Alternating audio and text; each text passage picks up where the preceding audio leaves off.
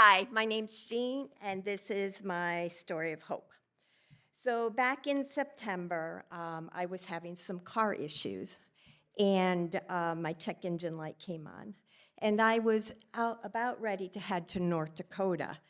And so I called my son in law. He came down and he fixed my car. I say, fix my car. And the check engine light's off, so I'm like, yes, I can go to North Dakota. I head out. Great time out there. And then I'm coming back. I'm 32 miles from home, and my check engine light comes back on. And this time it tells me there's a leak somewhere.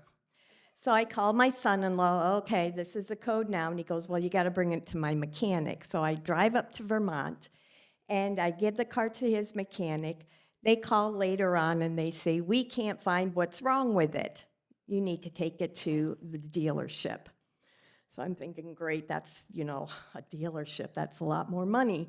So I drive back home, and as I'm coming home, my check engine light goes off. Hey, praise God, my check engine light's off. But it's too late for me to get my car. My car needed to be inspected by the end of September. It is now October 2nd. So I'm driving home. I purposefully left late at night so the police could not see my sticker. And so I'm trying to sneak home. And the next morning, I'm like, great, I'm going to go get my car inspected. So I get up. I have some important errands that I need to get done. So I do those errands. And I check my reader to make sure that the code isn't showing up. And sure enough, it says no active code. So I'm like, yay, I'm good to go. And so I bring it to Moreau, because that's the closest place to where I am. And I'm there waiting for my car to be inspected. Now, normally it doesn't take that long, but for some reason it was taking quite a long time. But while I'm there, there's a couple sitting there, and they're talking about their car. Now, I don't know if you've been to Moreau, but it's a very small waiting room, so you hear everything that's going on. And they're talking about how their car needs extensive repairs, and they don't know how to pay for it. And it's a week away before he gets paid, and the baby that's with them is less than a year old and needs diapers and wipes. So I contacted Pastor Josh and I said, can the benevolence, fund give them something to help with the baby's diapers and wipes? So that's what we did. And when I met with them to give them this gift card, I wanted them to know that God sees them, just like Hagar. She said in Genesis 16:13 that she named God El Roi, which means the God who sees me. And so I wanted them to know that God sees them and sees their struggle. So I give them the car, and I'm thinking, yes.